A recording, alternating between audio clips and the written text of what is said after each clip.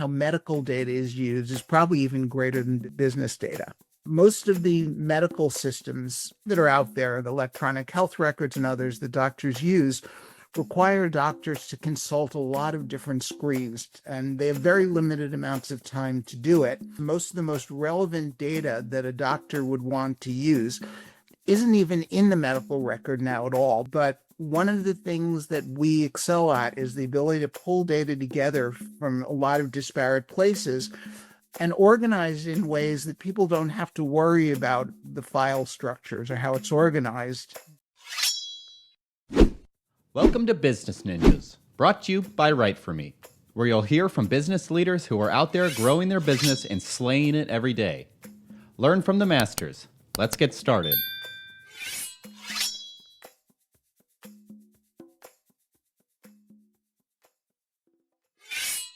Hi, and welcome to another episode of Business Ninjas. I'm here today with Russell Baris, founder and president at eLumindata. Russell, how are you today? Very good, thanks. Well, I appreciate you spending some time with us on Business Ninjas. Please tell us a bit about yourself and about eLumindata. I started eLumindata about 18 years ago as a data science company, back in the days when we couldn't really even use the term data science because nobody knew what it meant. And so I've had the fun opportunity to watch the field evolve and grow, and it's been exciting times. And what's your background? What brought you to start eLumindata? So I had spent 24 years at Pfizer Pharmaceuticals, where I built an analytics group and then was put in charge of business technology. And we actually formed one of the very first data science groups there back in the late 1990s. Also at the time was the co-chair of the Academic Practitioner Interface Committee for Informs, the leading analytics professional society. And that gave me an opportunity to talk to a lot of people who are innovative analytics groups and in academia, and realize that everyone had the same problems that led us to create the data science group at Pfizer, and just saw that, felt like that was an opportunity to just had to take advantage of. Gotcha. So talk about being a trailblazer or a disruptor, if you will, having a company such as that at that time.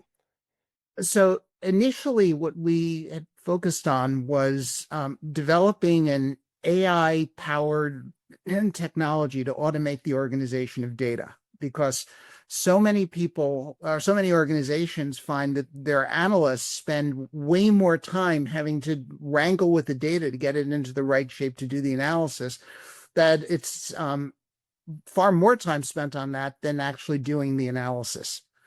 And so we started off developing this technology to automate the organization of data, and then realized that one of the things that allowed us to do was look at an organization's data from many different perspectives at the same time, which is something that for most companies is really, really hard to do.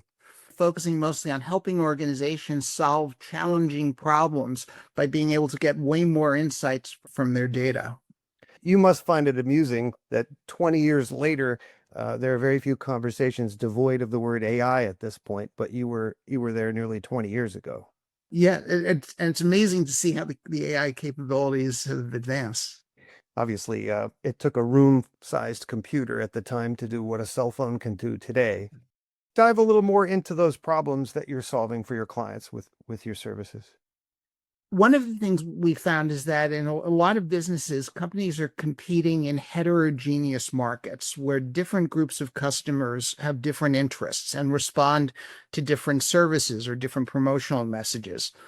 And most of the reporting systems and dashboards that we've seen are set up to help a company understand overall as what I'm doing working, but not to answer so well the question of what's the best approach to take with each group of customers. And so that's an area that we've focused on in a lot of different ways, from helping companies that have mature brands to turn them back into growth products, helping companies who have launched good products but the launches haven't gone well. We've been able to go in and figure out how to get them on track. Excellent. And what companies are you serving? What verticals does eLumindata service with this platform? Our largest vertical, not surprisingly, given my background, is pharmaceuticals. We've worked with a whole range of different healthcare related companies, from diagnostic products, but also a range of other industries, from grocery to real estate or insurance, retail. Do you have competitors in this space? And if so, what differentiates eLumindata? What makes you stand out in the field? There are always competitors, even if there isn't anybody doing exactly what you're doing. But we found is every industry, the nature of the competition is different. So we tend to be focused on helping innovators succeed. The companies we tend to work with are not the ones who want to know, how do I get to do the same things my competitor is doing? It's the ones who want to know, how do I do things better than my competitors are doing? Well, you have experience as a disruptive technology. You have a pretty unique perspective in that, having, put up a shingle 20 years ago in a space that didn't necessarily even exist at the time, which is, I guess you're helping people do similar sorts of endeavors. Tell me a little bit about the COVID years for your business and what the challenges and opportunities were of trying to sustain and grow a business through COVID. Our experience with COVID was probably a little bit different. We had been working through partners for several years prior to COVID, Okay. mostly consulting in companies. While that supported the business, one of the things we realized is we'd become invisible. We were white labeling, and the calls that had been previously had come into us for things had stopped coming because, again, we'd become invisible. And COVID gave us the opportunity to go back to the model of, where, we're really doing things under our own name and focusing things. And that's, as it turns out, has worked out better for us. Excellent. And Not that we don't work in some cases with partnering with other firms, but we're no longer in that invisible phase. And so when you say partnering with other firms, in effect, are you licensing out your technology or just consulting for their use in-house? so most of the work that we've done starts off as solving a problem. More often than not, it's a growth problem. Sometimes evolves into actually using our technology themselves. So we'll move from the mode of doing the analysis to training people so that they can be more capable and smarter and do things with that. And is this a SaaS situation? Are you providing software as a service? Originally, the plan was to be a SaaS model, but as we've evolved, it's been more toward the consulting and professional services being what usually gets us in the door. Gotcha. Okay. And we're in an era where people need to know about you. So how has eLumindata told its story? What role has content played in the growth of your business? Would say we've gotten back into telling our story more recently. In part, have co-authored a number of papers that were published, like the MIT Sloan Management Review. Most of our growth so far, though, has come from people knowing folks. The most common scenario has been that somebody will reach out to somebody who knows about us, and and that's what's brought in most of our business. And I guess we're looking to expand on that a bit now. Hey, reputation and referrals are invaluable, but there are, people need to find you in other ways as well. Understood.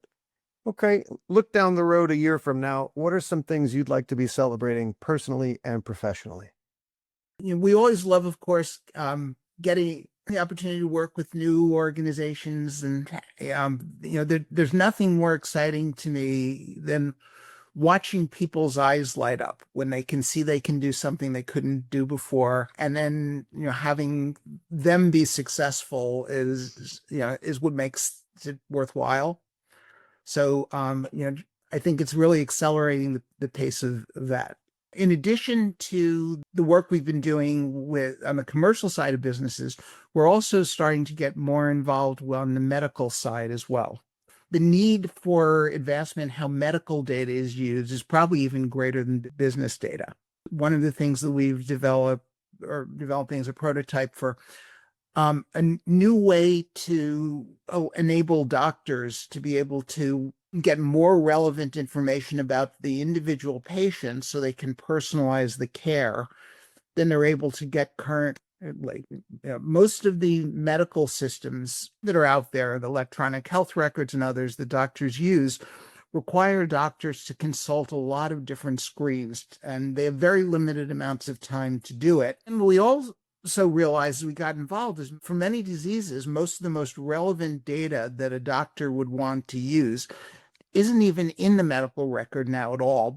But one of the things that we excel at is the ability to pull data together from a lot of disparate places and organize in ways that people don't have to worry about the file structures or how it's organized. They can just look at it in terms of how they want to use it. So we've put together a prototype for a system that doctors could use to pull a lot of data together that much of which they can't even get now, to be able to better prepare for a patient, and do it much more quickly than what they're able to do now. So when we look at where we want to be, would love to be in a year, would love to have more traction with that and expose that to more people. As a patient, that is fabulous news. We're in a world where when you meet a new doctor, it's your responsibility to accurately describe your medical history, and as much of it as you can remember in some sort of linear fashion,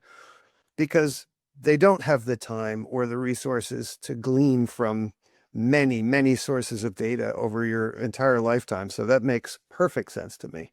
Nicely done. And I hope that proliferates, because, the health system and the patients can only benefit from implementation of that sort of plan.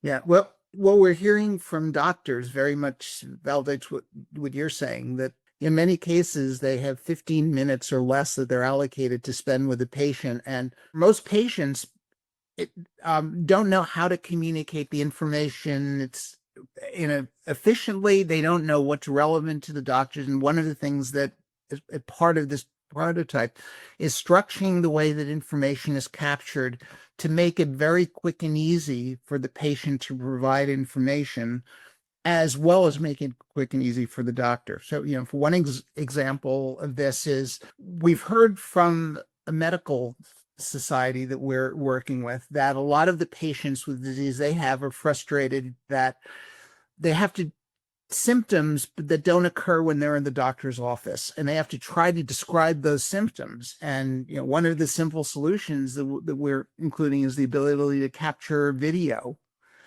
and make it available to the doctor, so the doctor in a few seconds as they're preparing can look and see, oh, this patient had some tremors at one time, and be able to actually look and said what it looked like when they had that symptom. That's obviously not technically tough, but just getting the information so that it's all organized well for the doctor to use it efficiently at the right time is what we're focusing on. That's a win-win on both sides of the equation in an exponential way, really. So congratulations on the foresight to implement that kind of, hey, AI is just a tool, but we have to focus it on positive things with artistry and excellence. And it sounds like that's what's done at eLumindata. So kudos to you. Please tell us where we can find eLumindata. What's your URL, and what social media outlets you're using these days as well? So we have a website at www.elumindata.com, ELUMINDATA. The only social media site we've really been involved with at all is LinkedIn. Most of what we're doing is selling business to business. And understood. Hey, what you do is on the serious side, which is not necessarily what's going on at TikTok and some other places for the most part. I don't mean to slight any of those outlets. Russell Baris, thank you for spending some time with us on Business Ninjas. All the best to you and yours. Continued success at eLumindata, because if what you're doing succeeds, people thrive, and doctors get to practice their trade instead of running through paperwork, and people get healthier. And that's all important things to accomplish. So thank you for what you do. been a pleasure talking with you, Andrew. Thank you very much.